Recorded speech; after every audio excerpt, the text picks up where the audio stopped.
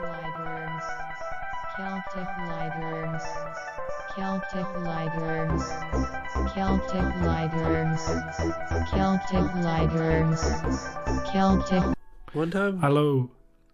One time, you were saying? I was saying we're talking about animals. Yeah. When pets die, and it's like you feel really sad, but you kind of feel bad about like bringing it up in front of people because they'd be like, "You sad about that?" And it's like, "Yes, I am. Yeah. I'm sad that my." But anyhow, yeah. So R.I.P. Linus, my lovely cat in Galway. But anyhow, one time I saw this. I dated this girl, and she was lived in America, and I was visiting her and her family, and her sister like ran in crying. Yeah. And was just like really distressed and upset. And her brother went over and was like, "What's up? What's happening? What's wrong? What's it?" She was like, "I was just driving in the car." He go, "What happened? What happened?" I was like, "I hit a rabbit." And then he just went, "Oh, who cares?" And he walked away. Yeah. I just was like, I'd never seen that. Just somebody turn immediately and just be like, "I don't give a shit." Because if me, I would be like, I was like, "Oh shit, that sucks. He hit a rabbit." But he was like, "Why are you crying? Why'd you waste my time? Why'd you make me think that something had happened?" It's an overreaction, like. I don't think it's an overreaction. You hitting a rabbit, tears? Yeah. No. I hit a fox once. And I was like, ha ha ha. Huh? Yeah, that's also not a good reaction. No, that's a normal reaction. People are like, "What are you laughing at?" And I'm like, yeah. I hit a fox. Why do you think rich people enjoy doing it so much? You know? Yeah. That's true, actually. I think we could get into hunting. Think you could be rich, yeah. I think I should be rich. All right. Do you have things written down to talk about? Because I've got some things. Yeah, I have things too. We should have gone through this before we started recording. I think it's better that we just do it on the fly, on the huff. Okay. Well, you got your way this time. Okay, cool. Well, I'll go first. okay, I've got an idea for a segment though. Yeah, well, we're doing this on the fly. Yeah, so here's And the the idea fly for the segment. dictates that I go first. Thank you, Gareth. Fine. First- Go first? You go first. Okay. First things first. I hit a fox on the way here. Cool. Now, first things first. And you'll like this one. Mm-hmm. Something to do with Star Wars, The Mandalorian. Yeah, what about it? Your freaking favorite show? One of the actresses was Oh yeah, Gina Carano, and I do actually like her. She was, do you know, she was in a movie called Haywire, No. directed by Steven Soderbergh. No. And there's an action scene that takes place in what's the hotel on Stevens Green?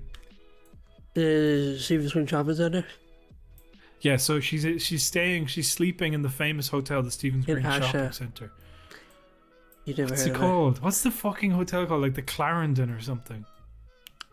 it? Shelburne? I think it's a Shelburne. Yeah. Okay, so she's staying there She's staying there. She has a fight scene with with Michael Fassbender. with the problematic African statue outside. Yeah, she's like, this place is great. There's This something I'm rules. really vibing at about this place. Yeah, I'll you just know? sleep here in the front with the statues. Next to these amazing statues, yeah. So anyway, but what happens is one of the most boring chase sequences that has ever been committed to film, but it is geographically correct for Dublin.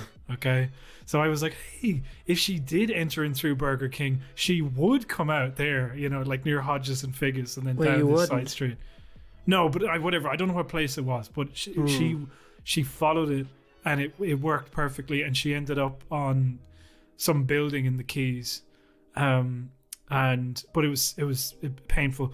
But I've always liked Gina Carano, and I even liked her in The Mandalorian. And then she was like tweeting out these things, and I didn't think what she said was that bad.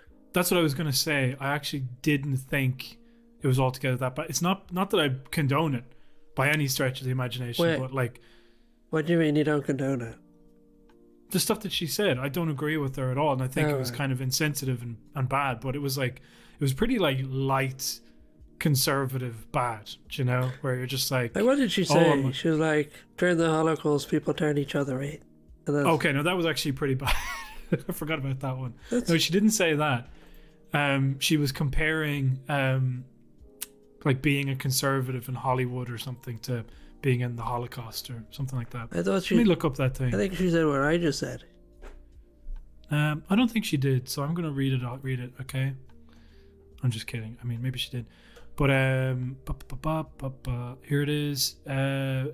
On Instagram, I believe she said, Jews were beaten in the streets not by. Oh yeah, sorry, take it back. Not by Nazi soldiers, but by their neighbors, even by children, because history is edited. Most people today don't realize that to get to the point where Nazi soldiers could easily round up thousands of Jews, the government first made their own neighbors hate them simply for being Jews. How is that any different from hating someone for their political views? This is also somebody who condoned the Capitol riots, by the way, so there you go. It's like, I mean, you know, I'm not saying it's a consistent ethos. It's just conservative, and it wasn't even the most offensive conservative thing. And like when I think about, I guess I'm thinking about it in terms of science fiction shows from back in the 90s and stuff, where it's like somebody's on the show, but they're like ridiculously conservative, and it's Star Trek. Who gives a shit? Do you know what I mean? That's like, I don't like it's so. Yeah, I mean, it's just a conversation on cancel culture, but like it's weird that someone would lose their job over a Facebook post. You know what I mean? Well, it's been a consistent bit of behavior. This was like the latest one. There's been a bunch of things, but like one that I thought was kind of like, and like I said, this is the thing I want to say. I don't condone it at all, but she was one of those fucking people who'd be like, "Oh, I'm an attack helicopter, and my pronouns are, you know, whizzle wazzle wazzle," you know, and it's like, you know, it's that type of like edgelord conservative thing, and it is a case where they were like, can you just stop posting that, and then she kept doing it. So, but I don't know, I still am in agreement. I don't think, like, you know, there's a thing on Twitter or on TikTok, and there was a debate, and they were like, there's a lot of like trans people on TikTok. She's also anti-vax, sorry, and then she was like, and then there were these people being like, yeah, you should respect people's pronouns. For example, my pronouns are kitty and kitty self. And then other trans people were like, that's not a real one. Do you know what I mean? Like, you respect people's pronouns, but if they're real. And then they were like, exactly. So my pronoun. And like, these people are being serious. They like to live as cats. Yeah. And then there's this big debate about like what pronouns are legitimate and what ones aren't. I think we actually talked about this. I'm not sure if we talked about it on mic, but I remember saying something to the effect of like, if you were to refer to a cat, you wouldn't say like, oh, that's exactly like it doesn't work within the grammar. Kitty self's bowl. Do you know what I mean? It's like even in the structure of pronouns, it doesn't make any sense. There was another controversy where this one is really good. There was like this one on TikTok and Instagram, and she like lives as a dog. That's her like, you know, fetish thingy. Yeah. And there's like obviously a whole community around it. And then she put up a video on TikTok or on Twitter, and it was her, and her owner was a cop. Like her owner. And it was like this old policeman, and he's like, welcome to the newest canine recruit. And it's like this girl, he's like holding this girl on a leash, and she's like in a bikini drinking out of a like a cup, like out of a dog bowl. And all these like other dog people are below being like, we will tolerate anything but this, you know. The dog sex community does not tolerate cop love, you know. It's just so weird. It's like, why is that the line, you know? I find it funny because it's like, you know, in an ideal world, you'd have a conservative dog person, you know, who's like, I wanted to go back to like the old ways, you know. It's like, I don't believe in gay marriage, but I certainly believe in being a dog. It's like the last one was I saw a guy on TikTok, and he was one of those dog people, and he was like, he was talking about consent, right? And you would think consent being like, this is a sexual thing for him, and he's doing it in public, you know? Yeah. The consent was actually like children pulling his tail without his consent. It's like, you're publicly like getting off in front of kids, and they're touching you, and you're like, how dare they touch me without my consent? Yeah. It's like that, you know, that episode of Curb Your Enthusiasm where they invite over the survivor, and then there's a Holocaust survivor, and then because they think there's another survivor there, but he was a guy who was just on the TV show Survivor. Okay. You know, so he's talking in the front of the Holocaust guys, like, and we had to eat this kangaroo's balls. It was gross. This guy is like, you know, fucking 100 years old who just tattoos on his arm talking about it's like consent, like when a woman or a man gets sexually assaulted. That's very like me as a dog person having my tail pulled by a child, and I don't like it. We're on the same team. This is solidarity. It's like during the the gay rights movement, when NAMBLA turned up. Yeah. And they were like, yeah, LGBT, P. The P stands for pedo, like me and us. And they were like, you're in no way associated with these people. Get the fuck away. Step back. Yeah. And that's a good example because there's so many conservative gay guys now, Cool. Well, one that I could mention in a new segment that I like to call... Oh, you fuck. I don't know. Yeah. Gay or straight? Go on. Definitely gay. He's gay. He's okay. gay. You're not guessing at anybody's sexual orientation. This is not happening. No, I was going to say, like, instead of getting angry at Leo Varadkar for like a full hour, we just have like literally like a minute or two, and then it's called like just the check-in, like with Leo Varadkar or whatever. Just give it a title like that, and then talk about the latest thing he's done, and then move on. What do you think of that? Why do we call it the landlord hour? Because he seems to be living in your rent. He seems to be renting. Your head. 100% is rent free, my friend. Not rent free because he charges. Yeah, he's through killing the you. fucking nose. Yeah. What you want to tell me something about? Yeah, what's his name? I don't think you. Who's this? I don't think about him at all. Let me just look this up really quickly. Just the latest thing that he's done this week, the discovery of coming about a decade late to weaponizing your identity. Leo Varadkar has decided, like, now actually it's very concerning, all of the kind of racial resentments and stuff that is being brought up by, not by me. I'm not doing anything, It's completely independent of my actions and the stuff that I do. People are just being really mean to me, and that's actually racism. What was this? When did you say this? There was a mural up north. Let me just find this. I wanted to find the actual mural because I think they only have a piece of it here, so I want to make sure that it doesn't have any actual racial profanity on it. Okay. Yeah, good to do your research. Live the on graffiti. Graffiti threatening Varadkar. Okay, hold on a second. Okay, let's go. There's no picture of it. Like, anytime I try to look it up, it doesn't. Oh wait, here it is. Oh no, I've seen this. Yeah, no, it doesn't have any of those. It says an ode to Leo Varadkar. We have a noose, we have a tree, just need a neck, whose will it be? Set foot and Ulster across that line, we guarantee that you will hang. Which doesn't even rhyme. So, They sort of cop out at the end, don't they? Yeah, it's like I've really committed to the bit, and then you will hang, fine, fucking hang, I guess. So I guess actually there's something racist about, like, lynching, but then these guys will frequently use, it's like a lynch mob or like the KKK or anything like that. So I don't really have much, Where do they say it's like the KKK? Then one guy used that name to apologize. No, there was it was Justice Wolf who said it was the KKK. What was that? He was talking about the media coverage over it was like he was in the KKK. Right, because there was another guy who was like, let's buy vaccines from anywhere, even if the KKK are selling them. Oh yeah. He was Fianna Fáil as well, actually. Yeah. But I'm talking about the commentary. Like Stephen Collins frequently uses the term lynch mob, and it's like a lynch mob out there, and all these people are after because of the woke police.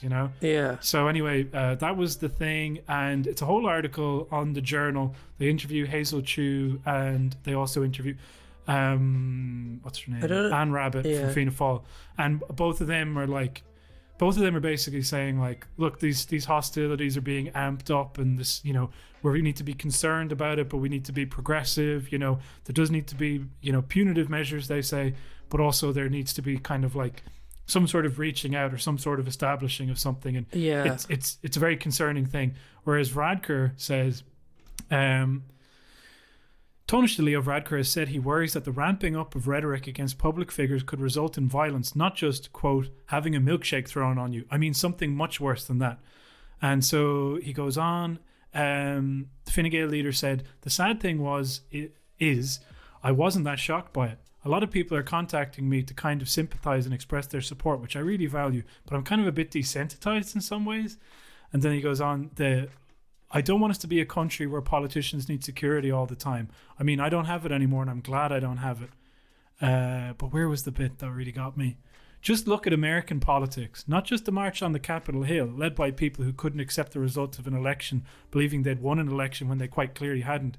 We see traces of that in Irish politics too. Okay, still haven't gotten to it. One thing I really do regret about Irish politics is the extent to which that kind of personalised targeting of anyone, but particularly politicians, has become much more common. I do think certain political parties do tolerate it a little too much and encourage it too much, quite frankly. We've seen plenty of evidence of that. So that's the end of him talking about that. And it's like, can we just cue up him saying to Pierce Doherty, your balaclava is slipping? Deputy, when it comes to Sinn Féin and the rule of law and public order and condemning violence, it doesn't take very long for your balaclava to slip. Wait, where's he weaponizing his identity? Huh? He said he weaponized his identity. Yeah, he's talking about it being racist. Where did he say that? Well, it's in response to the thing where he's, the graffiti. Yeah, but he never said... I guess they said that, and he didn't. Who said it was racist? No, nothing you've read to me has anyone said it was racist or referenced Leo Varadkar's identity. What are you talking about? You said Leo Varadkar, 10 years too late, has started weaponizing his identity. Yes. And then you read me something. And I stand by that. Yeah, okay. But you read me something there. And Leo Varadkar didn't mention his identity. No one else did. No one else. Okay. So, all right. So the thing is racist. But Leo's just shouldn't do that. He's not. You shouldn't do that. He's loving that he's been threatened. I know, he's trying to fucking go. But he's not weaponizing his identity.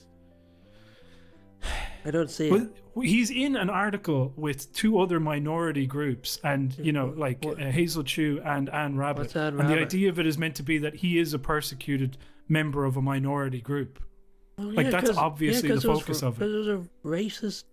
Yes, thing. it is. But he's joining in this, even though, as we said before, he's the most fucking. He is a racist. He also believes that immigrants should be paid to go home. He believes and also talking about ratcheting up tensions, and we should be very concerned about what's happening in America, and the balaclava thing. Not to mention all the other times where he's openly showed hostility to the North or just equated them with Republican violence. Yeah, but that's I don't deny he's done that stuff, but yeah. I think you're being nitpicky. I'm not. Yeah, definitely. Weaponizing his identity would be as a gay man, this is outrageous. So I'm into. Well, that's what he said to Mary McAleese. But he's not saying he that. said I was a gay man and also being yeah, but he's not saying it here. Of different ethnicity. He's not saying it here. All I'm saying is he's taking what I've seen as this American Democrat handbook, which they've been using for years, but for some reason he's only copped to it now, and now it's stroke chin. Oh, this is very concerning what's happening, and this escalation of violence and this escalation of all this. To me, I guess I could consider it part of that, because I think of it as the same umbrella. It's part of that same conversation, and it's just pathetic because he's so extremely conservative. He doesn't give a fuck, and even in his thing he's talking about, even in his part of this, he's talking about how actually it's Sinn Féin's fault, probably. So I do think certain political parties, I wonder who the fuck they could be. Yeah. And then the rest of them don't do that. They're this is something that needs to be, they actually care about solving the issue as opposed to using it to, to stoke further tensions and division. Where was the mural? Is it a Republican mural? In Belfast. Yeah, but is it a Republican mural or a Unionist? Well, I don't know. They didn't specify. Yeah. Claire Hanna is the one who retweeted it, and contacted by Belvoir, I don't know how you pronounce it, residents nauseated by words seemingly borrowed from the Ku Klux Klan. So she's the one who said that. I mean, it's obviously, But I think hanging is kind of that's a pretty universal thing. I don't think lynching is lynching is racist. It's yeah, no, it is, and that's what lynching is. Yeah, I know. No, lynching is to hang somebody without trial, or it used to be. Also, and it's synonymous with, like, it's killing somebody, but it became synonymous with, like, ropes and trees and stuff because of, that was the main. it was an bit of Irish use guy for it. did it first. Yeah, exactly. Yeah, so thank you. You're welcome. Nobody talks about that, The thing that annoyed me about Varadkar this week, if we're doing the 2 minutes of hate, Go on. he was like, people want us to reopen the economy, but there's no point in reopening it just to close it 3 weeks later. You see that? I didn't see that. That's pretty good. That's like, it's just like, that's really good at winding me up. Yeah. Like, He was like, as a black man, there's no. he just said that, and it's just like, where did that come out of? Like, yeah. Like, that's a wild one. That you are saying that to me now. You've been advocating the opposite for so long, and now you say this, and it's like, what about all the other stuff that you said? Which of course nobody will ever ask him. But it's literally like I'm sorry, but like I hate to do this, but it is like fucking Trump just coming up with like the truth every day and saying it, and knowing that it doesn't matter and you don't care and there's no objective reality and everything is just like, yeah, like he really like it's not like it is like, it's like Biden more than Trump, because like, is it? Yeah, like Biden just like, it just like, he lies in a more specific, useful way. You know what I mean? Like, Trump just lies about anything.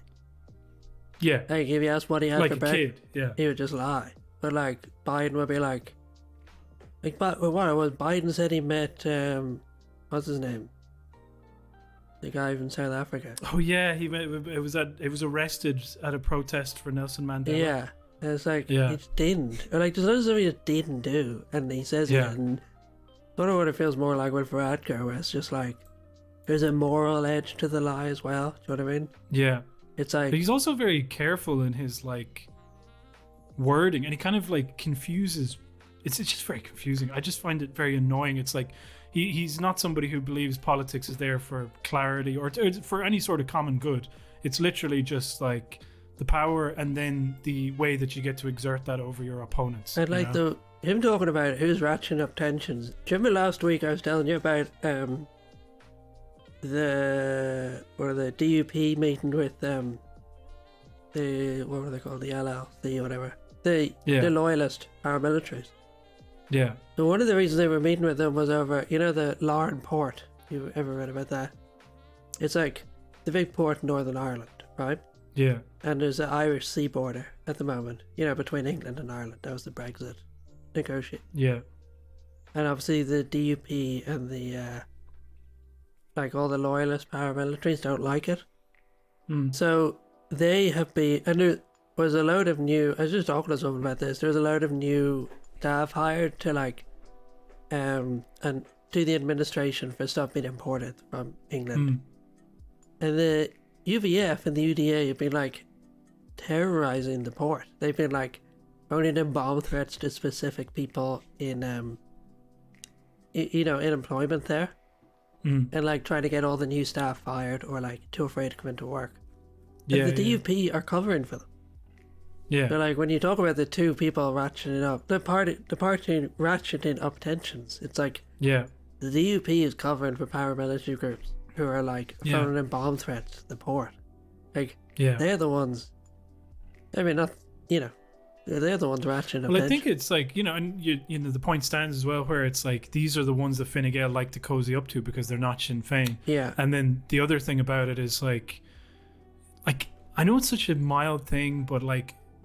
Well, it's not mild because it's serious to those people. Like, but like, does anybody up there feel like Varadkar has the North's interest at heart? Like, obviously he brings them up all the time as a way to bash Sinn Féin, but the way that he talks about them is almost like some sort of Punch magazine illustration. It's like they're like another species. It's like, oh, we can't do zero COVID because of the North, because they'll just start going fucking wild, stabbing cattle, agrarian violence style.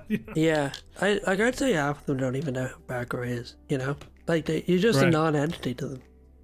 Yeah, but I imagine that the Republicans up there feel like fuck this guy, so. Yeah. Well, no, I think they do know because, like, he's been very present with Brexit over the past few years. That's and true. a lot of people think that they're like, he was, like the right-wing media over in the UK definitely painted him as some sort of like devious saboteur, Yeah, they did.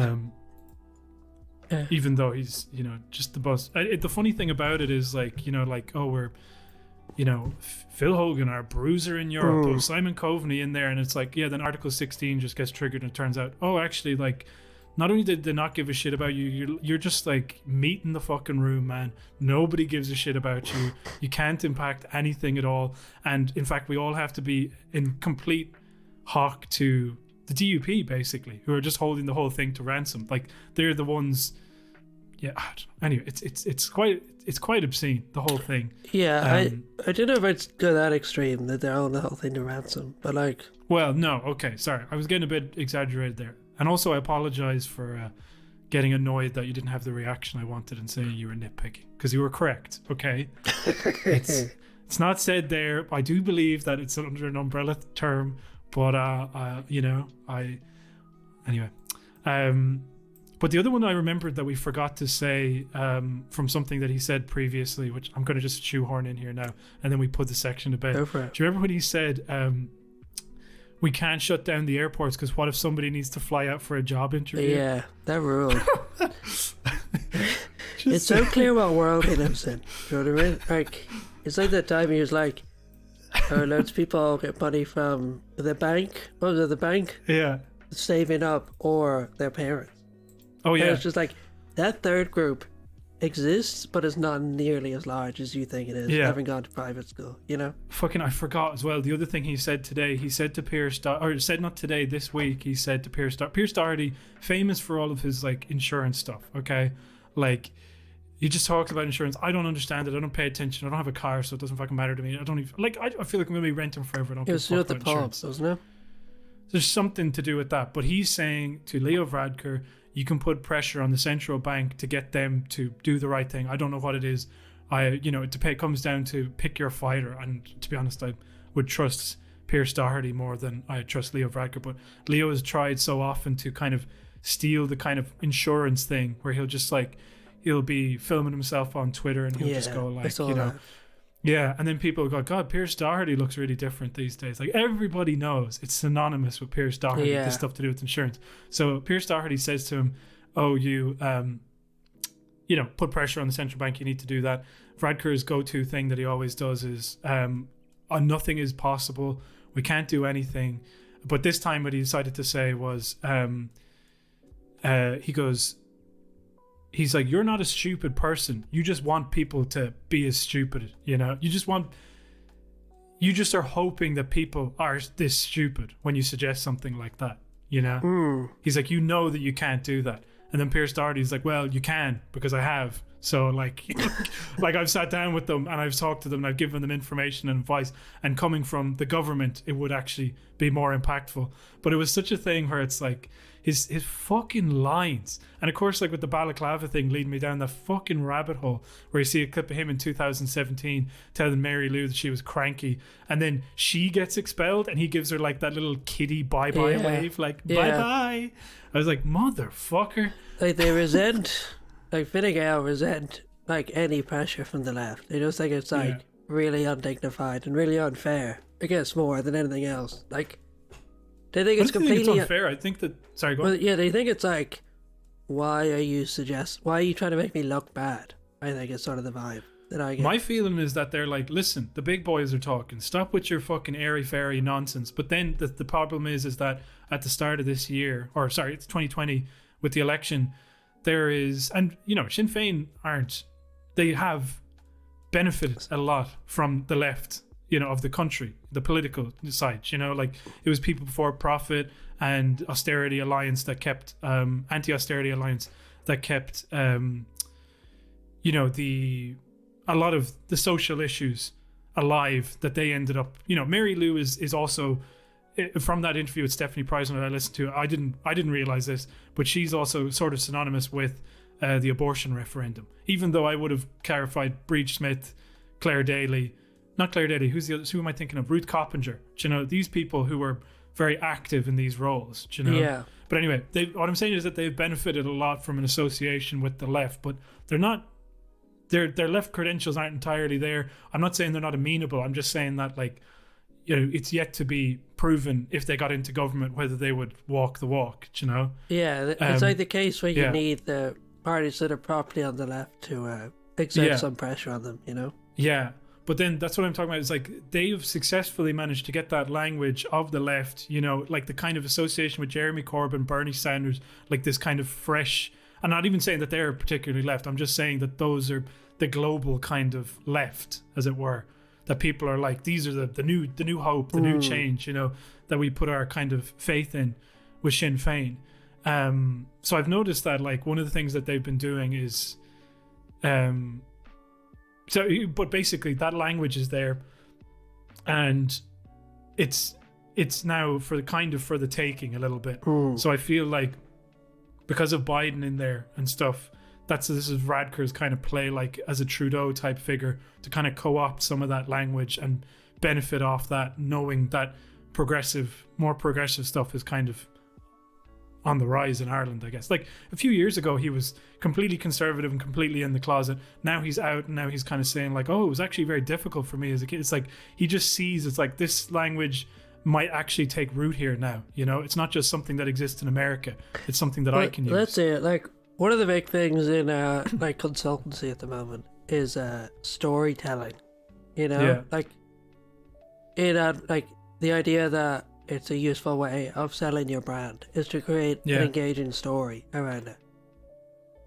Yeah. And I just found out that Stephen Donnelly used to work for McKinsey. Firm. You found that out about 3 times on this podcast. It's a joke. But my point is that, like, I'm sorry. You know, that's what they do. They like hire consulting firms and they like create an engaging story for the brand of Fine Gael. But how did it take this long? You know? I think it's just the moment. Like, most of Ireland probably wasn't interested, you know? Like, well, I don't know. In 2015, like, that's the reason he had to come out, is because, like, that was the time for marriage equality. I mean, I know that there was, like, puff pieces about interviewing him about, like, his boyfriend and all this type of stuff, but it wasn't something that he kind of leaned into as much as I've seen him in, like, the past month. Do you know what I mean? It's like, it's not even, like, it used to be 1 article a year. Now we've had like 3 this year already. Do you know? Yeah, that's it.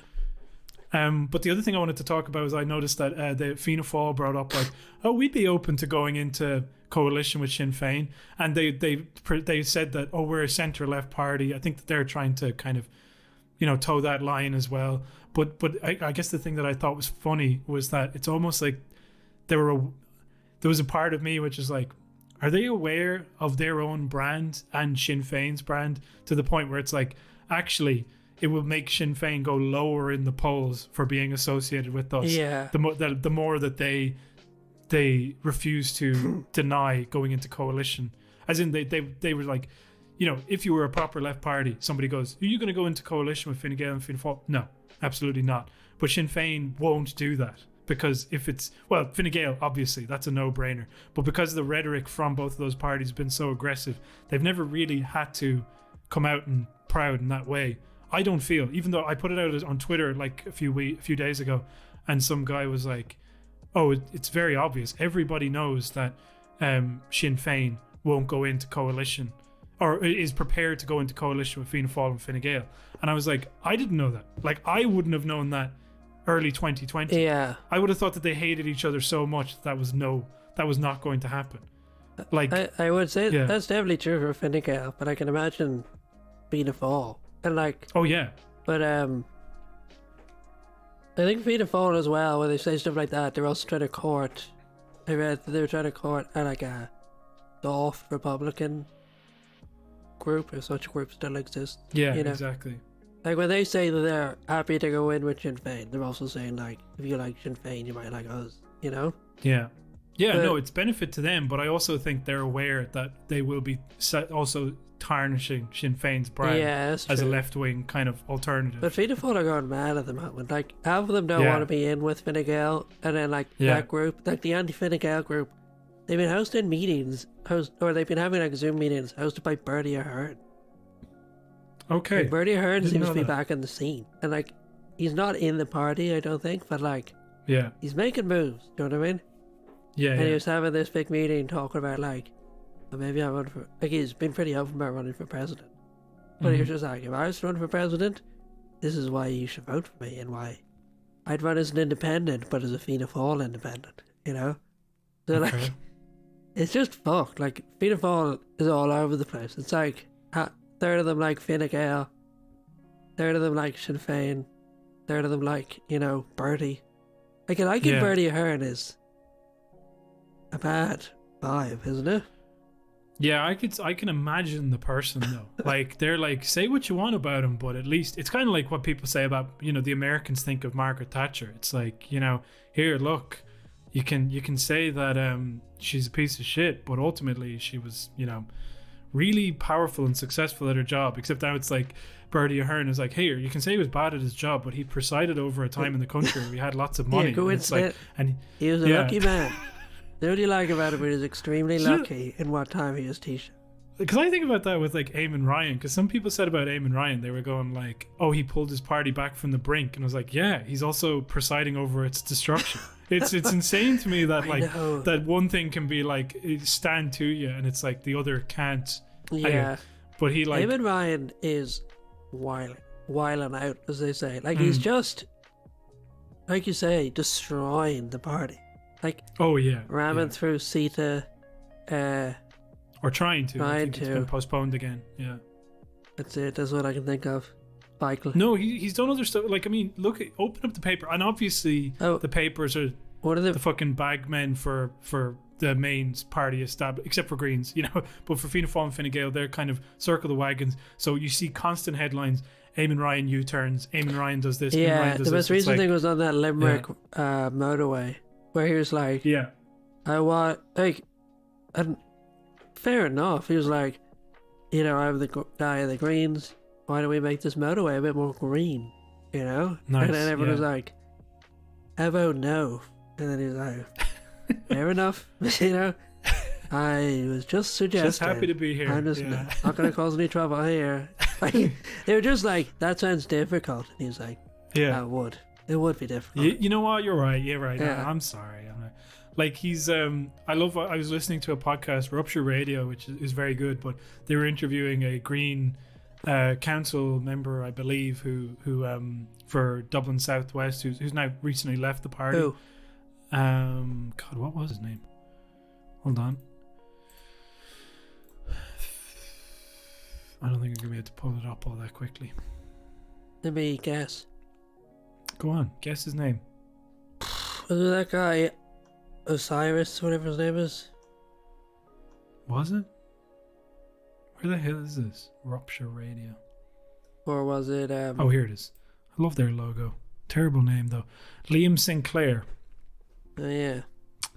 So, but anyway, he's being interviewed. He seems like a nice guy, and he was, you know, he was basically... You heard it here first, folks. I'm just saying he seemed nice. Yeah. But, oh yeah, actually, sorry. I know this is another tangent, but did you see that tweet by Philip Ryan? Did I send that on to you? Where it's like, what's that guy? One of the Hutches or something? Or no, Kinahan, yeah. Kinahan. And he's like, what's his name? His name's like Daniel Kinahan or something. Yeah. And it's like, Daniel Kinahan joins Sinn Féin, People Before Profit, and some other place, some other political party. Was it the Greens? I don't think so. In being against the Special Victims Court. criticising the Special Criminal Court. Yeah, Special Criminals Court. Which has also been criticised by, like, the UN.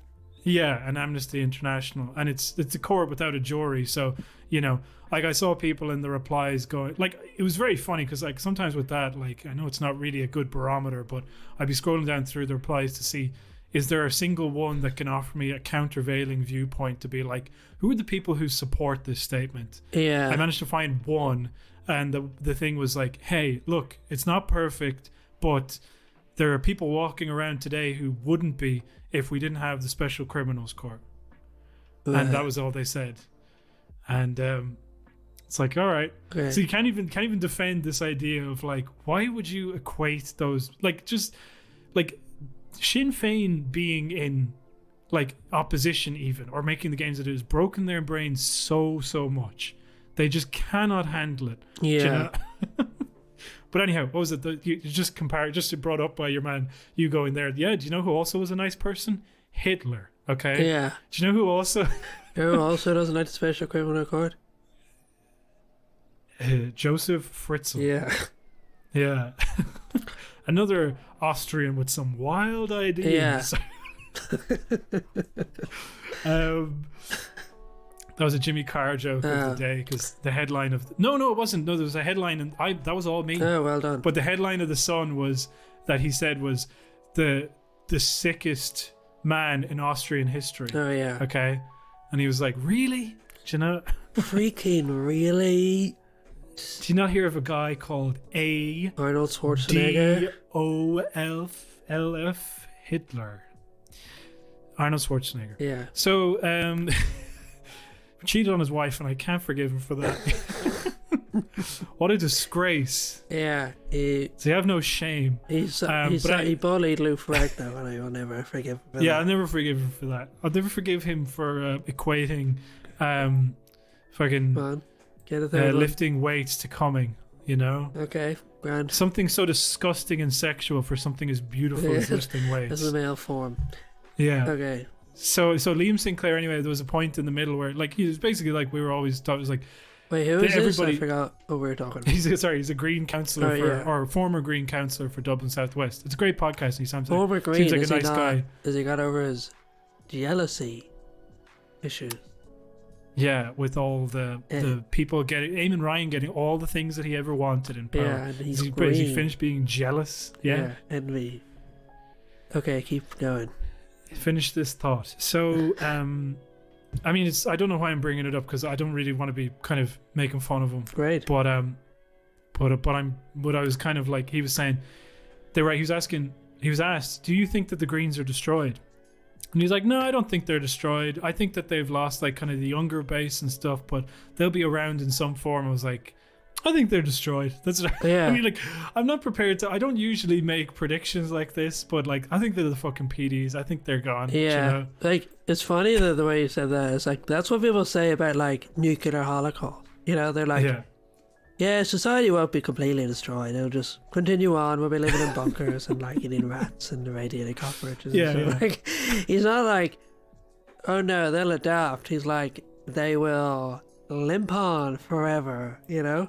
I think but that's what I mean. Is I don't think even they'll limp on forever. I think that, like, I mean, maybe I'm so naive, so I'm prepared to eat fucking crow like I would if there was a nuclear holocaust. Russell Crowe. But I'm prepared to eat Russell Brand if this all goes wrong. Yeah. But, Please. that'd be like a Cockney rhyming slang. You having a brand, and it's like A Russell you're Russell Brand, aka Russell Crowe. Yeah. Anyway, so on and so forth. Oh yeah, we're going to see. I think of a film he was in. Gladiator, starring Brand. Oh, I love Russell Crowe. Yeah, perfect. Yeah. Oh, I love Joe Brand. So anyhow, it was a great podcast. He seemed very interesting and talked about kind of the culture of bullying that was going on there. But he did say another interesting thing, actually, where he was talking about... It is great to say the Greens are bullying each other. It's like the nerd table bullying each other, isn't it? It's like... Yeah, I know. Yeah. All you have is each other. Can you not just be nice to each other for a minute, you know? That was one of the things. There was a guy a few weeks ago, and I can't remember who he was on Twitter, but he basically said, like, listen, CETA is going to pass. There's nothing we can do about that. We just need to live to fight another day. And he said it's a hopeless cause. And I was like, you're in the Greens in Ireland. What about, can you just like make some part of that? Can you just find that within your, like, I mean, obviously he's completely cynical, but like, looking at it on its face, you're just like, you should be well used to lost causes at this stage, you know? I've been reading it in like in the Farmers Journal and in the Farmers like, I don't know, whatever their fucked up union of farmers is. They're all like climate change deniers. The farmers? Yeah. I think the farmers have to be. I think that they just... But no, because like, there were some farmers who are like, let's grow weed, or whatever. Yeah. They're the good farmers. And then the bad ones are like, climate change doesn't exist. And like, they were all giving out about the new like cap reforms or whatever, because the EU wanted, the EU gives them free money for a start, which they're giving out about. Yeah. And then they're like, and they're trying to tell us to be more climate friendly. Who are they to tell us? It's like, yeah. you mean the people who give you like all your money are telling you what to do? It's like, Yeah. welcome to the real world, pal. Yeah. Welcome to the That's rat what I race. do in this podcast. So whoever pays the piper Yeah, calls the tune. positive. So that's why That's we want it. to thank our patron. No, I'm just kidding. They It's do- not the end of the show yet. They're just like, I just want to sit around and watch corn grow. You know, Yeah. that's my job. Just watch a cow fuck another cow, and then another cow comes out. You know? Isn't it? Time Can on- I be crazy? Like, one of the things you said there about weed, I was like, I feel like there's farmers who would be like, I'm not growing that dirty hippie shit. I'm not doing that. No. Do you know what I mean? Farmers love weed and pornography. Okay, fair enough. So, farmers are more, what's the word? Licentious. That's a good word. Thank you. But I mean, like, I feel there is a part of it where it's like your livelihood is tied to this, so you can't accept that this is happening, or it's like, I don't know what else to do, so this is what I'm doing, and I'm not going to do anything that will compromise my bottom line anymore. Yeah. Do you know? Like, imagine if we found out that podcasts made people stupider. You don't need to. We don't find it out. We know, like, you know, it's a 100% fact. No, they make you smarter, and they make you taller Yeah. as well. Also, if anybody's listening to this on double speed, aka Yeah, Owen Joyce, slow it down. Owen Joyce was the guy who punched me in the face when I was a kid, so that's a little peek behind the curtains. Yeah, Hope you're no relation, Joe. If you are, don't tell me, because as I will punch he was you also a Galway in man. the face. Yeah. But yeah, we should speak really quickly for this section, just so that Joe can understand what we're saying. Okay, you go first. Talk really quickly. You can't understand if you don't talk. Yeah, I can't even think of anything to say. It's like I don't even know what I say normally. Yeah. And you want me to say it twice as fast? Did you hear about that nun in France? She's 117. Holy cow! Crazy, isn't it? Not that nun. That's just an exclamation. I'm sure she's a lovely Oh person. yeah. I read somewhere that, and now this could be a lie, but I believe This it. is the best place to tell lies, you know, and treat them like fact. That some Jewish guys, when they live to be 113, Yeah. they circumcise themselves again Oh yeah. Okay. because I don't know. Things have shriveled up enough that you're like. I think they're okay. just like, wait, that doesn't make sense. No, it doesn't, because I'm going to go out this way. I'm going to go out the way I came in. Wait, no. Getting a circumcision. When do Jewish guys get Just die of circumcised? shock. 1, 10. They don't get circumcised at 13, is my point.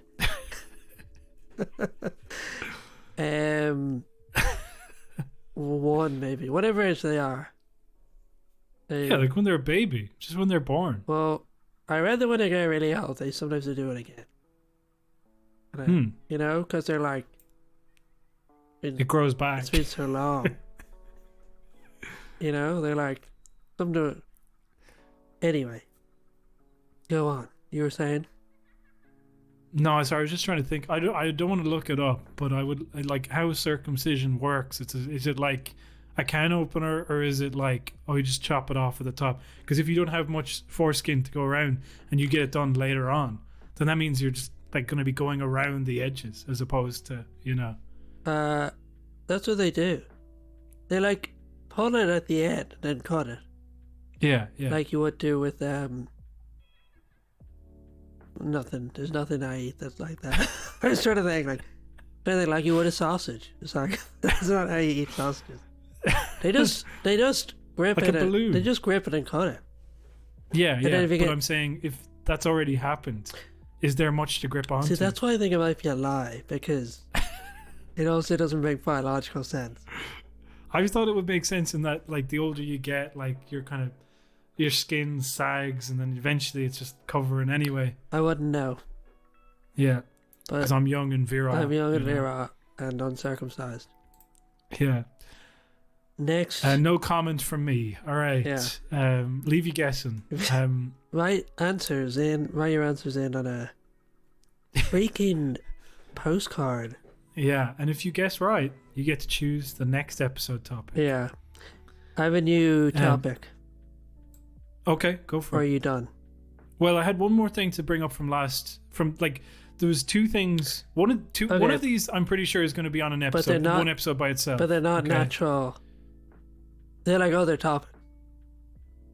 No, this one I just wanted to bring up really quickly. But is it just a so we natural mentioned it. extension of what we were previously talking about? No, it is not. Okay, so just everyone be clear, Gareth's bringing up 2 topics in a row. On the fly, as he would say. Go on. And I'm not talking about The Fly. Oh no. The Fly, great movie. So, no, I just wanted to bring up that the Mother and Baby Homes Commission chair refuses to appear before a Oireachtas committee, because I thought that was really funny. Just the idea was like, can you tell us what you did with this report? Nah. No. It's like, and also you serious? You can't, like... Yeah. And also it's all deleted, you know? Yeah, it's like, you can't compel somebody to come forward. Like, imagine spending, like, the guts of a decade on this paper, and then here it is.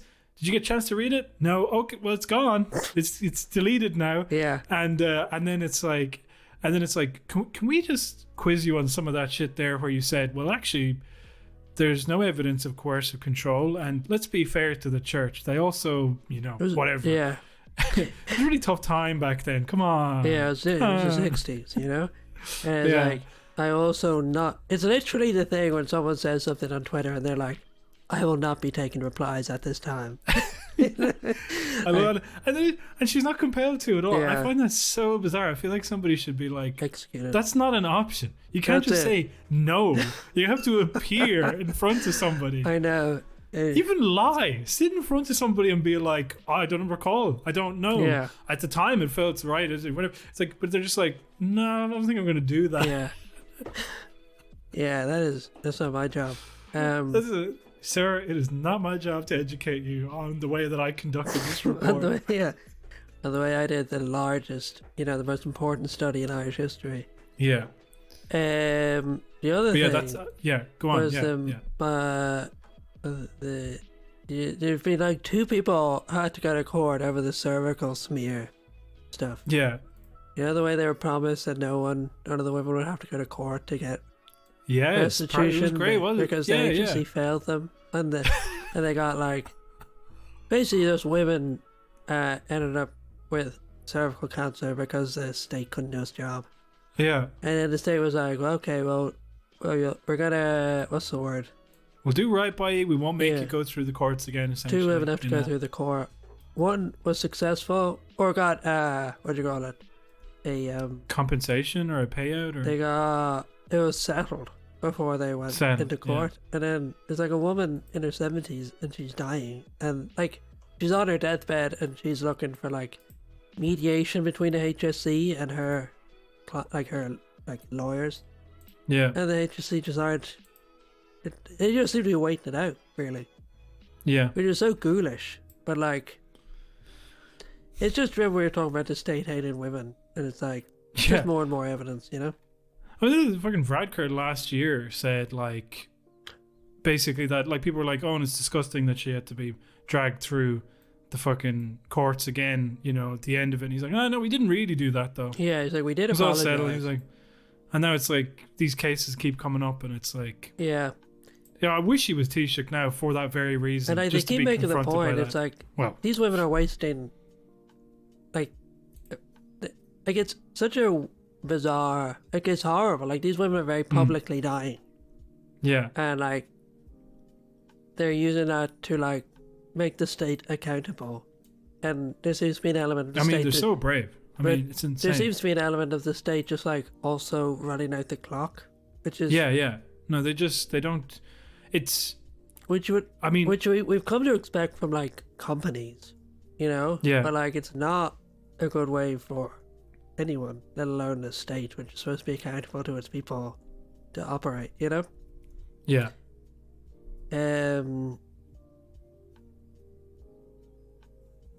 Also, one thing that flew past earlier on that we said. The nun lived to be 117. That Yeah. it? Do you want to go back to that? Know. No. No, it's talking about we said Pierce Doherty, your balaclava is slipping by Pierce Doherty. That was so famously epic. on this show for about the entirety of its existence. We've been claiming that was said to Mary Lou McDonald. Yeah. But if you think about it, it sort of was. Yeah. She was his boss. So it's like that was we're not owns, we say. It's like when someone makes fun of Gareth, they're really making fun of me. You come after my friends. Yeah. You come after Gareth, you're hurting me. I'm not going to defend him, but just don't hurt me. Yeah. That's all I'll say. Just keep hurting him. Yeah. No, like, yeah. If I was... I think there is something more loaded about, like Radker as a true detest for... Why did I say it? I'm not bringing him up again. Forget it. He detests the North. Let's move on. Yeah, but go. If, you know the trolley problem? Yeah. I'm not talking about the hospitals. Nice. HSC. Yeah. I'm talking about the philosophy meme. Yeah. As it was me on the track. Would you throw yourself in front of the trolley? 100%. Really? Like, completely. Yeah. Even if it meant both of us dying, I would do that. I'm not going to lie. We actually did joke a long time ago, back when I had a girlfriend,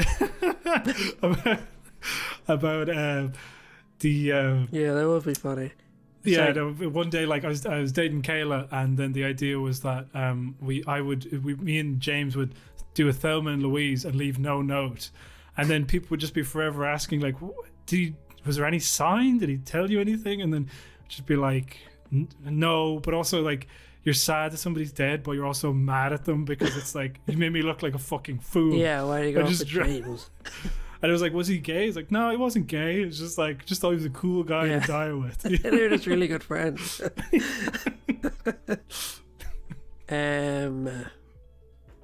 We were just watching before this the meme, behind the meme. And that is one of my favorite things. There's like, I think it's like BET, which is like Black Entertainment something. Television. It's like a channel over in the US. But so it's obviously exclusively only the black memes that they are, you know, but they follow up on like famous viral is it? meme I didn't stars. realize that. Yeah, no, it is, yeah. And they, so it's really good though, because they get these people, and it's like, they get the guy who's from the Why You Always Lying Vine. Oh yeah, well, that was so the funny. two we watched were I only knew one of them. The hide your kids, hide your wife guy. The what's it called? The bed intruder? Is that what it's called? Yeah, and then the other one was hide your kids, hide your wife, hide your husband because they're raping everybody. Yeah, and then the other guy was the I am delivered guy. Oh yeah, I'm not doing that one. For some reason, that's actually racist to do. The other one is not racist. Yeah, the other one is open season on that one. But they both have the same story. It's just like men who came out as gay and then went to some sort of conversion therapy, and now they're just like, and now I'm happily married, and they're just like looking absolutely miserable next to their wife. You know? They're like, you know, like they have like where both. I'm pretty sure they were both wearing kimonos and like, you know, talking about like. Not that this means that you're gay, incidentally.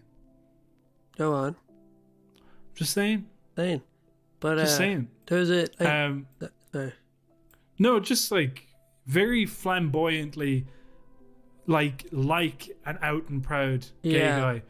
It was sort of strange the way they didn't, like, if you're homophobic, you think you would, and like you've internalized it.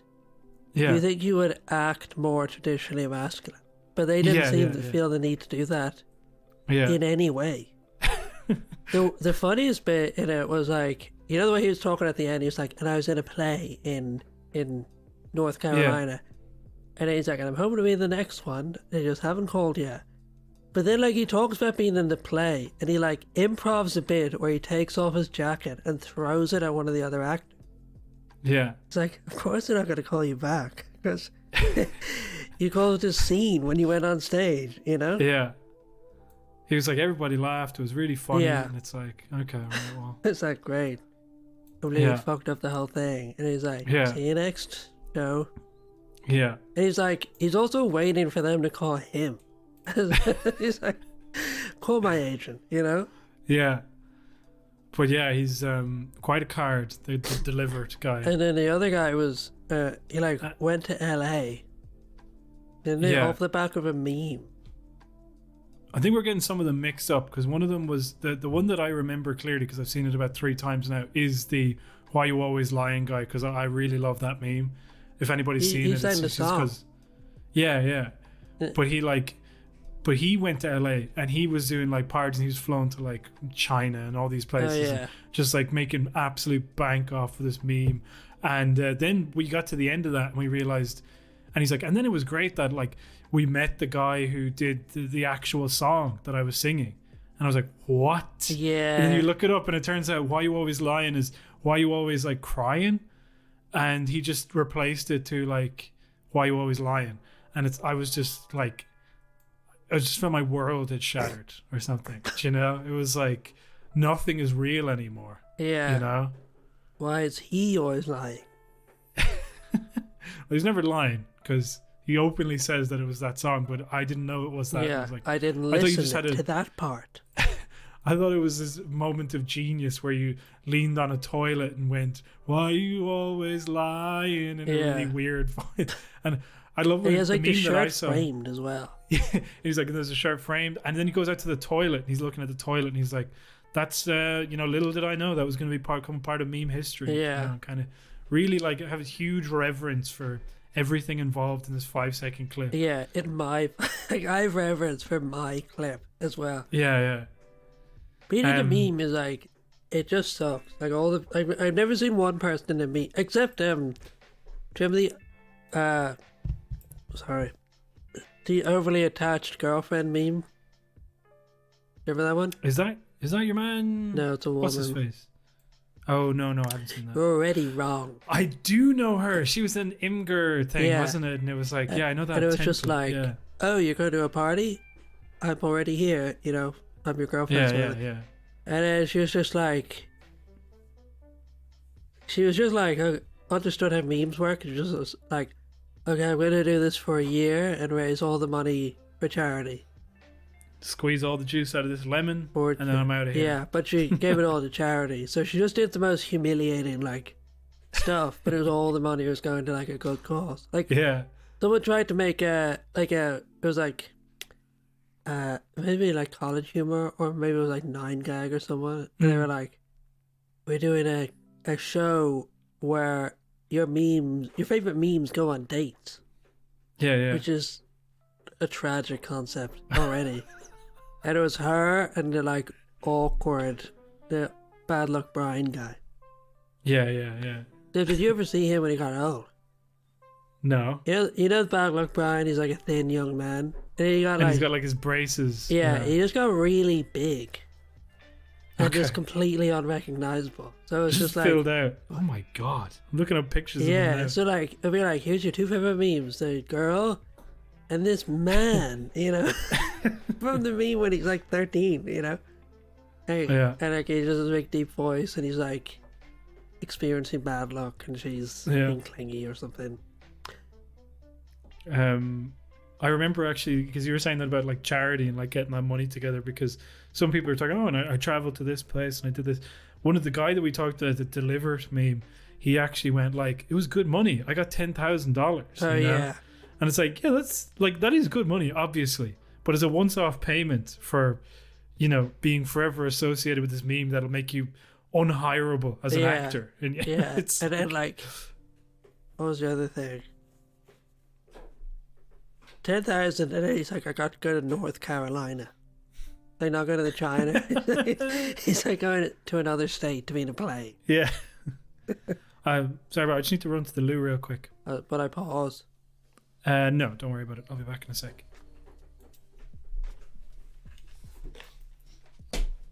Yeah, that carrot's gone. We can talk more about that nun who was 100 years old. 117. She is so old. that when she was born, everyone spoke the same language. Wikipedia, here are the hottest jokes. I was buying a knocked off HDTV from the back of a van in Tower Hamlets. I'm not reading this one. Too racist.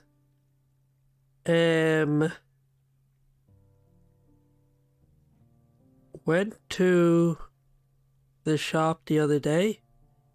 Till the shopkeeper said that'll be £600. No, that's £600.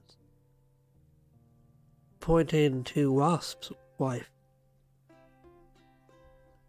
Here's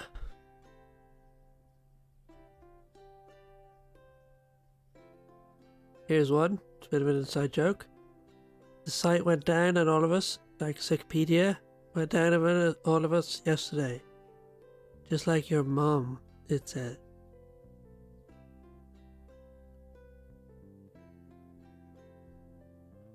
I don't get this one. My mate says if he wins the Euro Millions, I'll have an island named after him. Whatever, Barry, I said. Barry Island. A brief thought to contemplate on a cold Friday morning, like this morning. And this was published 22 hours ago, recording this at 10 o'clock. So he published this literally at midnight last night. A brief thought to contemplate on a cold Friday morning. Living people eat dead mushrooms the way mushrooms, which when they were alive, dead people. I don't think that's true. Never forgot you are what you eat. Well, if you are what you eat, I am lamb. Hey Gareth. I am. Don't worry, I covered. Say what? Don't worry, I covered. There's a little bonus content in there for the listeners. Oh shit, okay. Well, I'll keep that in, I guess. Unless I listen to it and I decide I don't want to. No, don't do that. Unless I delete it. Do you ever look at that website, Wikipedia? Yeah, I did. It's the worst. It sucks so much. It's just like wannabe Jimmy Carr guys. Wikipedia. Wait, maybe I'm getting it wrong. Anyway, back to the notes. Yeah, no, Wikipedia. That started out on that website B3TA. That forum kind of spun off from there, I believe. We got a listener submitted topic. Okay, let's hear it. None. It's 217. A freaking nun, Gareth, was 117 years old. That was the topic? No. At least said she was 217 there for a minute. I was like, oh, what? What's her number? I'm not talking about her age number. I'm talking about those digits. Yeah. Her fingers. Her waistline. I don't know. Yeah, 38. What is that thing people 38, 21? I don't know. You tell me. That's what perverts know. Yeah. You know? I don't actually pay attention to that trivial shit. Yeah, I don't pay attention to numbers. Too sexual. So do you remember last week we were talking about Dublin Fringe Festival? Yes, I do, yeah. And about gentrification. This one was interesting. Have you ever heard the term hyper-real? Yeah. I mean, but you need to explain it to me, because apparently I might not know what it means. Well, I only very vaguely know what it means. An example would be this, right? Blind Boy Boat Club has a thing he does. They're called hyper-real storytelling. Okay? Okay. Where he goes around Red Dead Redemption and sing songs. And that's not hyper-real. But, right? Blind Boy could be described as hyper-real. Yeah. Because I read the book. It's by Baudelaire. I think it's pronounced. I don't know. Yeah, I know what you're talking about. And he talks about the idea doesn't exist or no longer exists, right? So you know the way Blind Boy pretends to be like this incredibly Irish throwback? Right, yeah. But in such a way as there was never like an authentic version of Blind Boy. Yeah. You know what I mean? Like no one Yeah, has ever yeah. talked like Blind Boy talks, or Yeah. no one's ever been interested in Ireland the way that he is. But he like Yeah. pretends that he's authentic. Yeah. And another example would be like Press Up, you know, which is sort of leads up to the topic.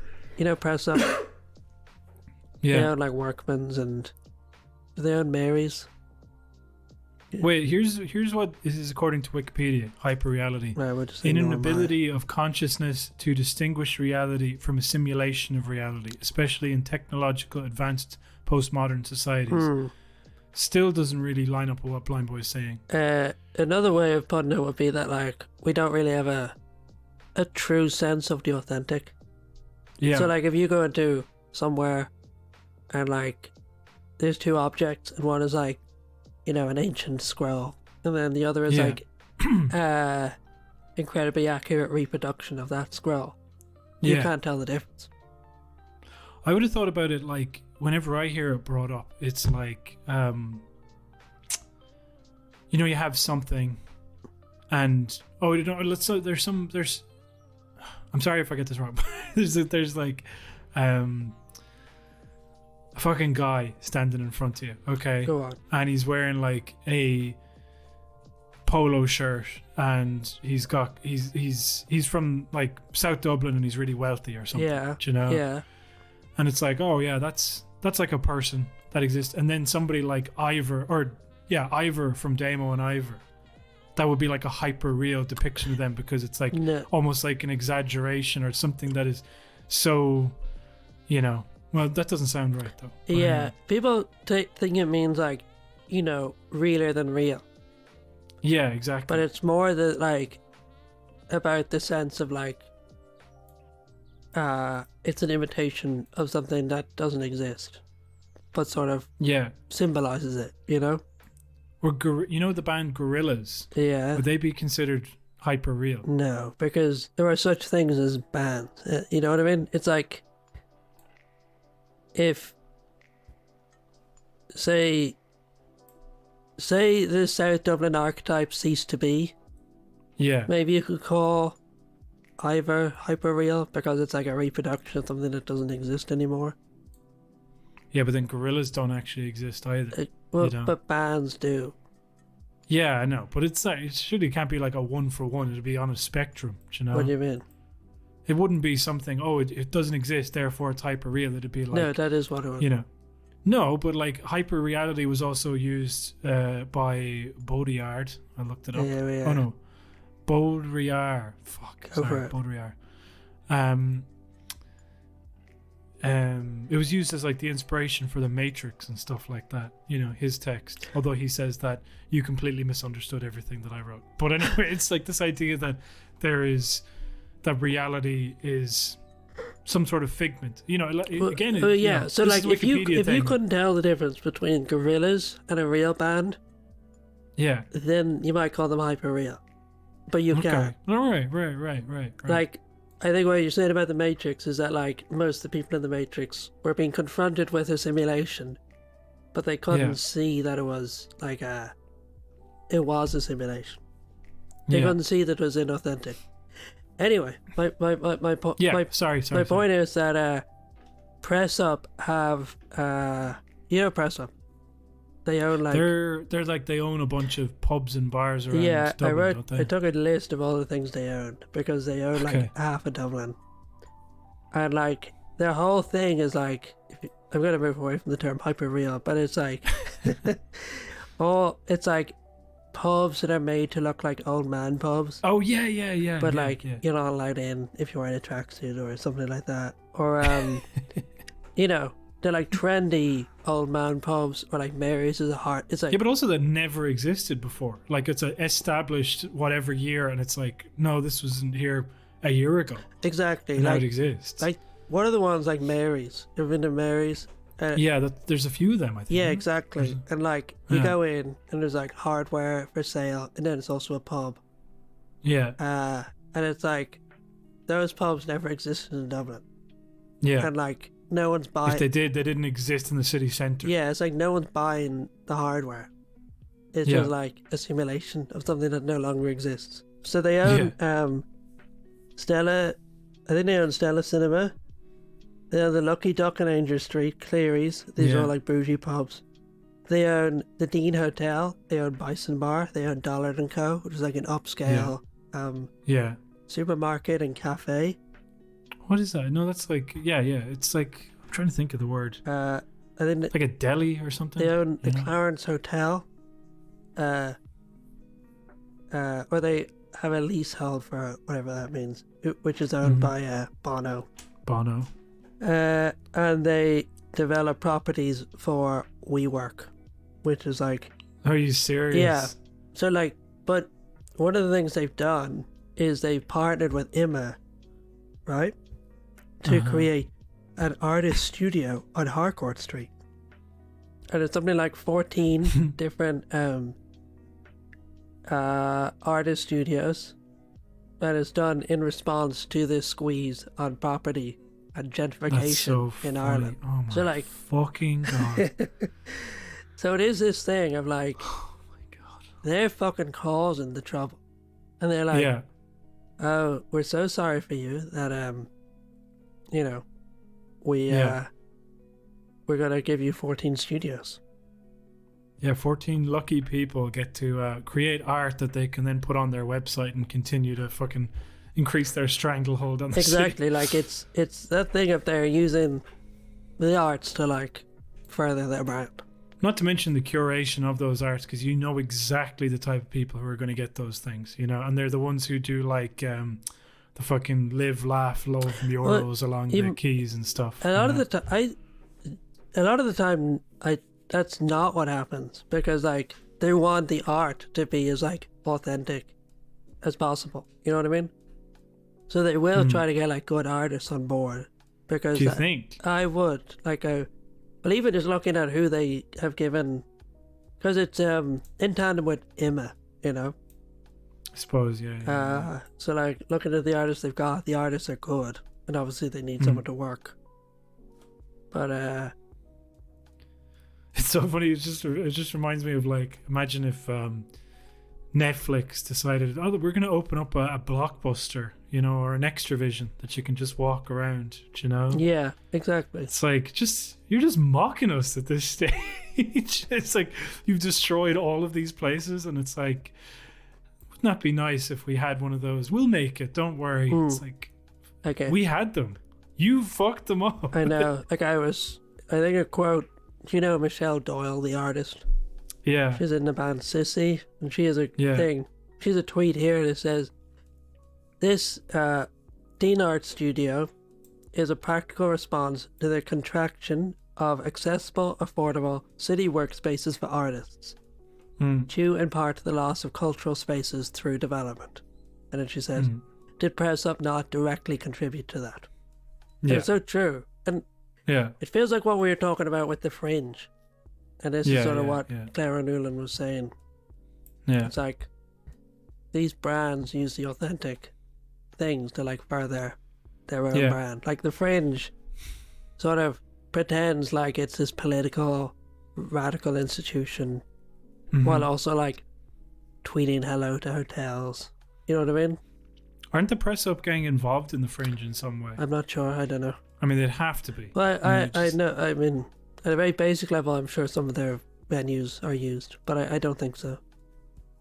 They're definitely a sponsor. I 100% believe that. I don't know. I've never seen that. I might. No evidence. I'm going to say it's true. Yeah, all in. But like, this is the whole thing, and it's like. But the worst thing is like Imma's a good museum. Yeah, I know that they shouldn't be fucking sullying themselves with associating. Yeah, with them, but like, you know? it just drives me mad that you have all these institutions that are talking about how radical they are. Like, when you go to the Imma, well, like, I actually don't know about Imma, but if you go to like loads of art gallery bookshops, they'll have like art books, but then they'll also have like, you know, socialist left books or whatever. Yeah. And then they're doing stuff like this, you know, going into the Dean Hotel. So they have it both ways. They get to be like, oh yeah, we're political, and also we're like mates with Press Up, who are fucking over the city. Like Press Up are the ones who like, they moved the Bernard Shaw from wherever it was to wherever it is. They moved from the south side to the north side. And then they put out a meme and they were like, where the Bernard Shaw moves to the north side, and it's like, you know. Yeah, a bunch of fucking they had like this image, wasn't it, where it's like people with people in tractors basically. Like making fun of like the people who they wouldn't let into the fucking place. You know what I mean? And then you've ever partnering with them to like, and the art studio is like, it's called the Dean. What is it? The Dean Studio. Like the Dean is a hotel. Do you know what I mean? Okay. So ghoulish. The hotel that they own. Yeah. Okay, that's fucked. So it'd be like calling it, you know, what, Motel 1 art studio. It's like the hotel is the reason why it's not art studios. Yeah, exactly.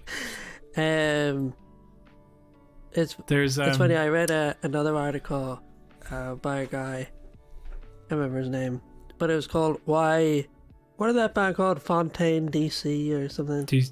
Something like that. DC Fontaine? DC Fontaine. It's like, why they're a liberal psyop, a neoliberal psyop, by a guy called Gary Solonley.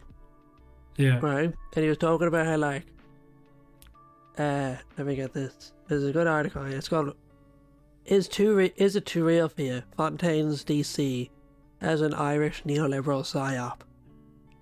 And he says that they're this band that talk about like how they like the liberties and how it's like an authentic part of Dublin and how like Dublin's been ruined and it's so miserable. And then I think they're like owned by a record label that are partly owned by, let me get this up.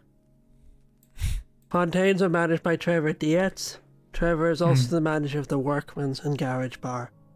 Okay. 2 venues in the Dublin city centre, both owned by Press Up Entertainment Group, of which Dietz is an employee. So it's like, you have Press Up using DC Fontaines till it be like, oh, Dublin's a shithole. Or like, Dublin used to be good, but now it's a shithole. But like, Press Up are the ones doing it, but Press Up are also managing. Yeah. And also like, DC Fontaines are going to be like a valve for those feelings. Do you know what I mean? If you're like Dublin shit, if this band sort of alleviates the feelings, it's like Press Up is like, it's like the meme, free real estate, you know? Now I just think about it in terms of animation as well, because like pretty much all of the animation that we do in Ireland is service work, as in it comes from another country, and America, Canada, and it's usually for Disney TV series, etc. But then like there's been a big move to like Amazon and places like this, and it's just like, it's this thing where it's, but at least with the animation stuff they're open about their loyalty. Do you know what I mean? Like Jam or whatever. I mean, the closest thing is like with Jam, you were there running with them because they were like, they like to present themselves as a liberal company, but then they were partnering with Graham Linehan on a project. Like, still very proud to do so. I was on a call with them recently. It was a class that I was doing, and they were one of the guest speakers, and he was proudly declaring that they were making a show with Helen Linehan, Graham Linehan's wife. Actually, it's like Graham Linehan is someone who is like targeted. Graham Linehan, you know, like, Graham Linehan is targeted and has like police warnings because he kept targeting trans people. The Yorkshire police cautioned him for harassing a trans woman. He got a Mermaids defunded by the National Lottery, which is a trans organisation to protect younger trans youths. But it just seems like with companies like, companies like Jam, they're sort of like, they say they're broadly liberal, and then they're not. But with like the Fringe and with Emma and with all these ones, it's like, that's true. They say that they're fucking revolutionary. And then they're in bed with just the people who are like undermining the arts in the country. Well, you know, it gets much worse, in my opinion. It's much more hypocritical, in my opinion. Yeah, totally. But But anyway, we're at about an hour and a half, and that seemed like a very good place to wind that down, because that was a... Are we not doing both, or do you want to leave it? Oh, no, I have to leave it. Okay, sorry. Right, yeah. We better thank our patrons. We got to thank our patrons. So let's pull this up really quickly. Patreon.com/home. And now we simply go to patrons, click relationship manager. And now it will work. So what's our theme? Dublin. Okay. Mark Maloney, Molly Maloney. Excellent. Yep. Blahin de Burka. That'll be Blahin de Cabra. That's not good. Sorry about that. Blahin de... Oh wait, sorry. Go to patreon.com/Celtic Ligers for bonus content. And also, if you for any donation, we'll read out your name. And that's it. There's good stuff up there. You can listen to this part diligently. In fact, you're required to. People like this. Okay. Well, no count for taste. So, Blahin de Burka. Blahin de Not Corca. Yeah, good one. Okay. Alan Carroll. That'll be Alan Carroll's, where you can buy all sorts of amazing goods and services. Was you kick the rat in Carroll's? I definitely did not do that. What the fuck are you talking about? I have a friend, and he was like, he walked out of Carroll's and he like felt himself kicked, like, you know, as he swung his foot, it like contacted with something. And then he saw he just like booted a rat out of Carroll's. Walking out. Oh, where did they head straight back to the doll just around the corner, presumably? To the doll, is that what you said? Imagine you said that. Yeah. Rob Gale, and that'll be Rob. What about like Rob Windy Arbor? You know? Yeah, that sounds good. Yeah, it's just like because it's a Gale. Yeah, it's like, are you having a brand? You know? Yes. It's a nice callback. Nice callback. So now, Rob Gale, you are now part of the main episode, not this designated section at the end. Okay, so if you don't like that one, just know that I don't know, you're hurting our feelings. Stephen Bradley, that'll be Stephen Bad City. Except it's not. That's going to be Stephen Bad City, not. Psych. Cycly Bad City, not. Yeah. Alison Spittle. Alison spit in the ground, a fine Dublin tradition. I don't understand why, but I do now. But like before the pandemic, I know. Why do people give out about spit on the ground so much? You know? Oh, sorry. I thought you were going to say the opposite. No, I don't. I thought you were going to say, why do people spit on the ground? Yeah, I know. I would have to agree with myself. I'm going to have to agree with myself on this one. Go on. No, what are you talking? You're revealing so much about yourself the past 2 weeks, where it's like, oh, I'm going to leave my dog shit on the ground. I'm not going to recycle. Yeah. I feel like spitting on the ground is fine. It's like, no, it's not. All of that stuff is terrible. You're a germ freak, you know? So leave that at home. I'm at home. Richard Zimmerman. Normalize spitting on the ground. Spitting on other people's feet. Damn it. I was going to use one that'll be perfect for the next one, so I'm going to save that. Okay, what are we doing? But also, I feel like we can't do spit for Alison Spittle's name every single time. We've never done that before. We did spit yes, we have. once. Quite a lot. Okay. Fine. Alison. No, what about fucking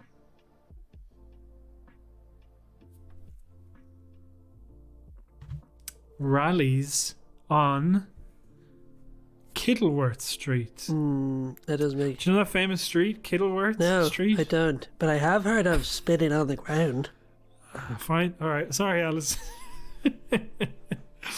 Richard Zimmerman. What will we do for that? That'll be Richard Glimmerman. Yes. You know, the Glimmerman would come round, he'd give you your a pub called coal or something, I think. I think they lit the lamps, didn't they? Okay, you lit the 5 lamps, the famous 5 lamps. There's a pub called the Glimmerman in Yeah, so it's named after... So Richard, that's for you. Richard Zimmer Frame. Now here we go. Bridget Purcell. O'Connell, Bridget, Purcell. Okay, then. Next one. Fuck's sake. What about Rosie Hackett, Bridge, Purcell? Fine. If you must, okay. Milky Fox. Well, that's a fine. That's a Milky Dublin the Fox. dinner, isn't it? Yeah, it's Coddle and then Milky Fox. Yeah. Yeah. That is the sort of shit they used to eat in Dublin. I was talking to someone and they used to go and collect, like, I don't know what, some sort of, like a limpet, you know? Yeah. And then they bring them home and boil them in milk. Yep. It's like some Nona Bryan one. Whenever you see him put stuff up on Twitter, it's so disgusting. It's like, an ancient Dublin meal. It's like orange juice and cod, you know? Boiled. Yeah. Boiled for several hours.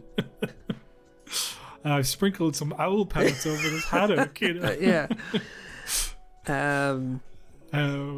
So Kyle O'Neill, that'll be While You Kneel in Stop. Christchurch. Enough of this. Kyle Big Wheel. No, wait, that's in London. Yeah. Sorry, I thought I was in London. So big here. Yeah. Connor Barry, classic Dubliner. Yeah. Connor Barry. Solo Dublin right there, Connor Barry. Solo Dublin. Connor Solo Dublin Barry. Yeah. Liam McCartan.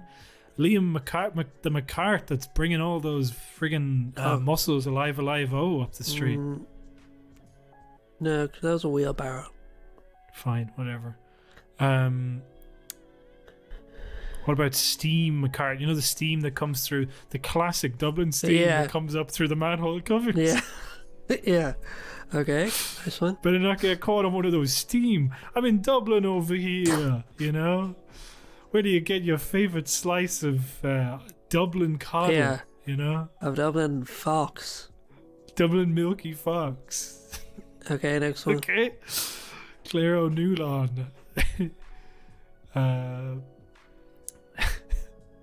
Still laughing at the idea. Dublin, the classic Dubliner, you know? Yeah. Who's walking here.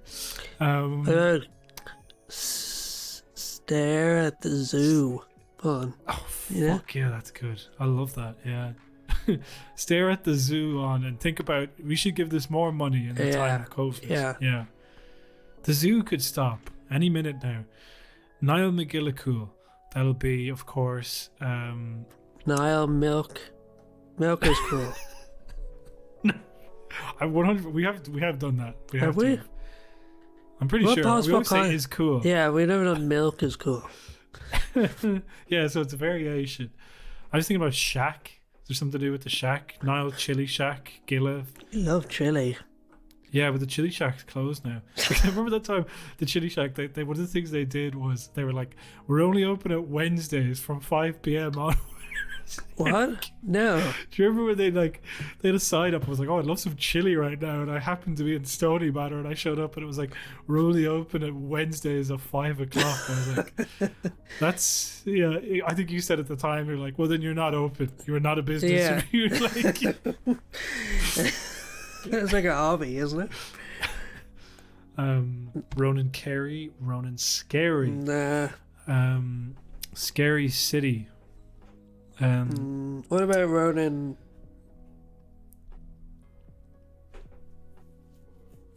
Wary.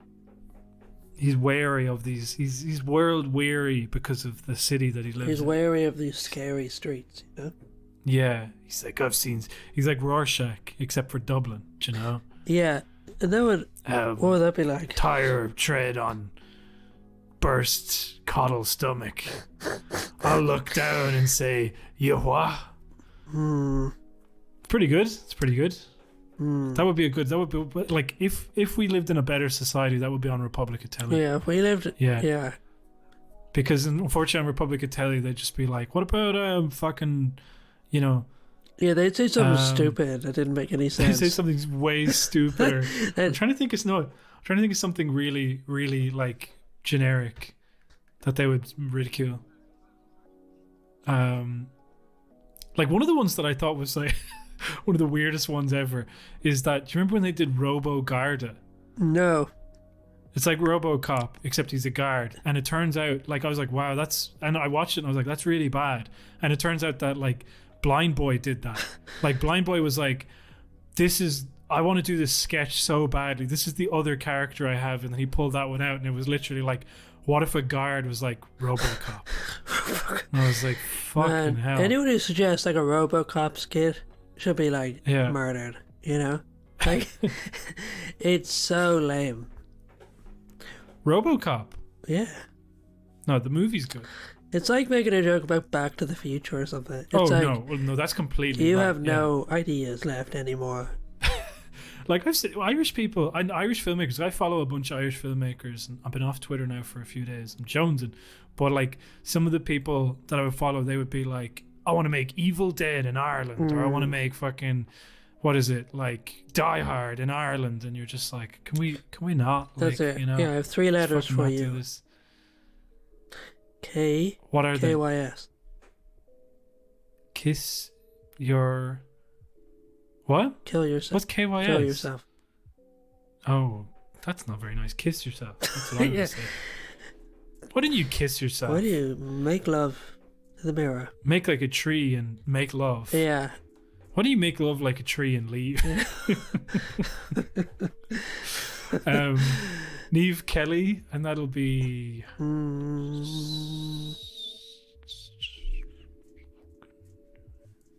Was Mary Shelley from Ireland, from Dublin? Yeah, I think she was. Now that you mention it, I'm not going to research this. Yeah. But, Mary Shelley, famous author of Dracula, from Dublin, as we all know. Yeah. You know? Yeah. Well, you know, yeah. Yep. Yeah. You know she didn't write she wrote Frankenstein. Yeah, and did you know that actually Frankenstein is the doctor and not the monster? Yeah. You keep believing that. Do you know I watched Bride of Frankenstein, you know, the movie, and then yeah. No, I'm not gonna mention it. I'd love to know what that was, but anyway. No, but it turns out Bride of Frankenstein, so it was filmed in like what, the 1930s or something. Turns out the bride is the monster. Nice. And to tell you who the monster is, my mother-in-law. Yeah. So the Bride of Frankenstein, though, there was a guy I was skimming down through the Wikipedia article, and there was a bit where it's like this guy was saying, no, the film, I know my friend who directed this, and he definitely did not put any queer or gay subtext into this film. He's not that type of guy. It's not a gay or queer allegory. And I was like, yeah, in the 1930s, of course it's not. No, it turns out that the director for Bride of Frankenstein is like openly gay in the 1930s. Okay, like he was just like famously like out and proud in a way that was like unheard of at the time, you know? Yeah. And this guy's like, nah, I know this guy. He wouldn't put that in his movies. Yeah, he wouldn't put that shit in his Frankenstein movies. Yeah. So Paulie Doyle. Paulie's spoiling for a fight like any good Dubliner would be. Yeah. Hawley. No, Paulie's you got hauling it. some You got it. spoil. I like Okay. that one. All right. Well, Again, I should stop thinking about the words I've already used and think of the context, the new context. What makes them funny now. Exactly. And so then the last one, our beloved patron, Joe Joyce, who pays us more than all the rest of you combined. No, he doesn't. Who you insulted earlier in the episode. How did I insult him? You made fun of him for listening at twice the speed. Yeah, no, but that's like a concerned parent. It's like nobody should know that one of their listeners listen. I mean, I'm sure more than one of them listen to it at twice speed, but only the person who's most concerned is paying attention to the Twitter feed of one of their most beloved patrons would know. And what? You know, Joe Joyce. That'll be okay. James Joyce. No, you obvious. fucked it. What? It was bad. What are you gonna say? Say something. Okay, give me a moment.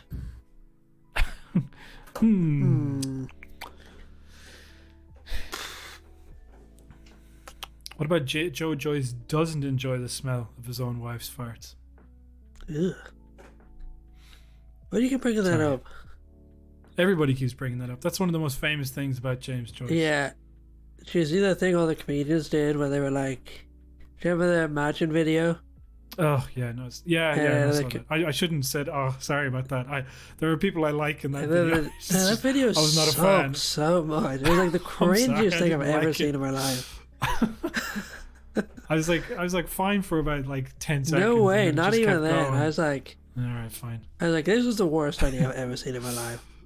Yeah, no comments. I'm sorry, I wasn't like. Just some of the stuff that people do in lockdown is really making me depressed. But that was like a week in. That was the worst part. It was a week if they did it now, I'd be like, that's fine. They went insane. Like, it happened. It happens to us all.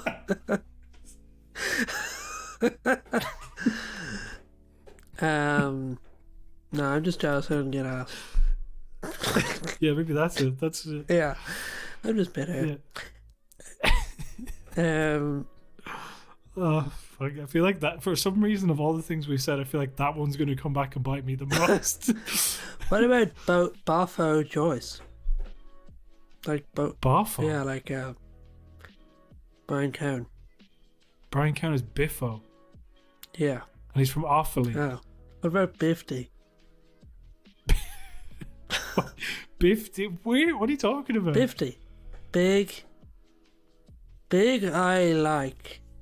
Big Bilfy. Big I like. Right. My friend. Joe Joyce. Bilf me. Joe. What does that have to do with Dublin? What are you talking about?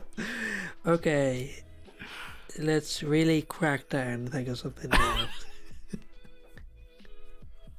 Joe Joyce. What about Rejoice? You're in Dublin. Rejoice, Dublin, you're beautiful. Dublin, you're beautiful. Joe, you're Dublin, you're beautiful. Yes. Joe, person who takes a picture of the Liffey that doesn't really look that great, but put it in says, you're looking beautiful. Joyce. What about Joe pro-choice Joyce? No. Because Dublin was the only county to vote yes in the repeal the Yeah. Was the only county, yeah. The only other shitholes in this country voted no. But we got it anyway. We pushed it through at the last minute. We were, Dublin put their foot down and they were like, I know what those other fuckers said, but this needs to happen. This is going to be epic. Yeah. For some reason, when you said pro-choice, I thought you meant anti-choice. So. Yeah. Sometimes that happens to me too. It's like, I misunderstand. Like, when someone says something, it's really, I think the opposite. Straightforward. Yeah. Sometimes when I hear something that somebody says, I'm stupid and don't get it. Yeah. That happens to me as well. I'm just stupid and really annoying. I just fuck the whole thing up. So, CelticLigers.com. You can go to that and get us on Twitter, I guess, or whatever. Fucking. Yeah. All right. If you have any questions.